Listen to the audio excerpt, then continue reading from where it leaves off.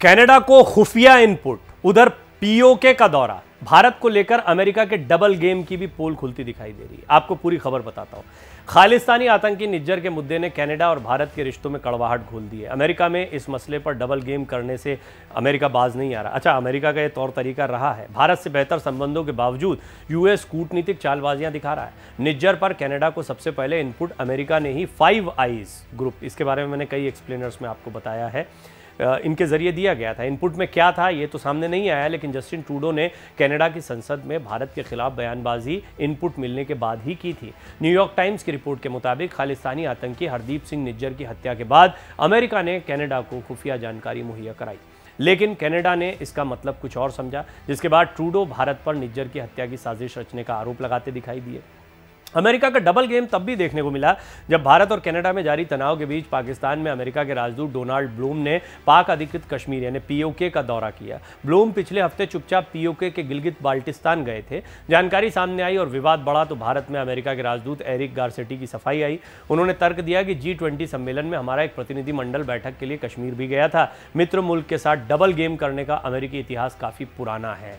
ये हकीकत समझना बहुत ज़रूरी है। इसका ताज़ा उदाहरण हाल ही में तब भी देखने को मिला था जब अमेरिका, ब्रिटेन और ऑस्ट्रेलिया ने एक त्रिपक्षीय सिक्योरिटी पार्टनरशिप करने के बाद ऑस्ट्रेलिया को परमाणु ऊर्जा से चलने वाली पनडुब्बियां देने का ऐलान किया था। इस डील के बाद फ्रांस ने अमेरिका पर सख्त नाराज़गी जताई थी, क्योंकि अमेरिका और ब्रिटेन से डील के बाद ऑस्ट्रेलिया ने फ्रांस के साथ हुई डीजल इलेक्ट्रिक सबमरीन का कॉन्ट्रैक्ट तोड़ दिया था।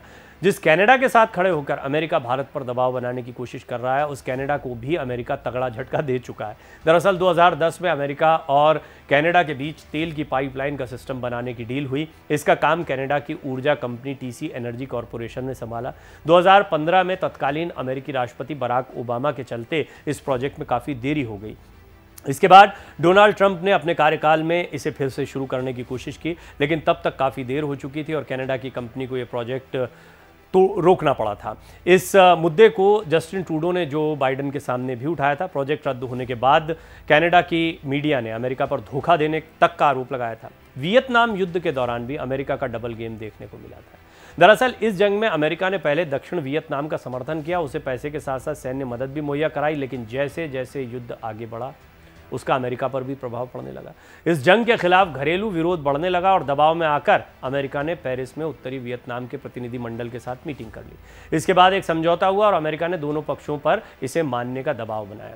अमेरिका एक ऐसी राजनीति करता रहा है और इसके लिए वो पूरी दुनिया में जाना जाता है या बदनाम है, जो जैसे भी आपको समझना है वो समझ सकते हैं, लेकिन अमेरिका के तौर तरीकों से पूरी दुनिया के देश वाकिफ हैं। दुनिया का सबसे शक्तिशाली देश कहा जाता है, अपनी सैन्य ताकत को बढ़ाता है, लेकिन उसकी कूटनीति, दो देशों को आपस में लड़वा देना, वो किसी के हित देखता है उससे पहले अपने हित देखता है। दुनिया भर में उसने कई ज़मीनों का इस्तेमाल अपने स्वार्थ के लिए किया है। ये अमेरिका की रणनीति रही है और सभी इसको जानते हैं, लेकिन अमेरिका ने इसी कूटनीति के जरिए, देखिए ये भी कहा जाता है कि अमेरिका का अपना बहुत प्रोडक्शन नहीं है, इसके बावजूद पूरी दुनिया की इकोनॉमी को वो कैसे कंट्रोल करता है, कैसे सिरमौर बना हुआ है और वो कैसे दूसरों के रिसोर्सेज का इस्तेमाल अपने लिए करता है, ये भी बहुत साफ है। हालांकि ये बहुत ही विस्तृत विषय है, इस विषय को समझा भी जा सकता है। अमेरिका की अपनी प्रॉस्पेरिटी, अपने तौर तरीके हैं, वहाँ दुनिया के सारे लोग भागते भी हैं। सबसे सुरक्षित जगह, सबसे ज़्यादा जहाँ पर लोग जाना चाहते हैं दुनिया भर के, ऐसी जगह भी मानी जाती है। इन बातों से भी इनकार नहीं किया जा सकता। अमेरिका के अपने कई क्षेत्र हैं जो परेशानी का सबब उसके लिए बने रहते हैं, इस बात से भी इनकार नहीं किया जा सकता।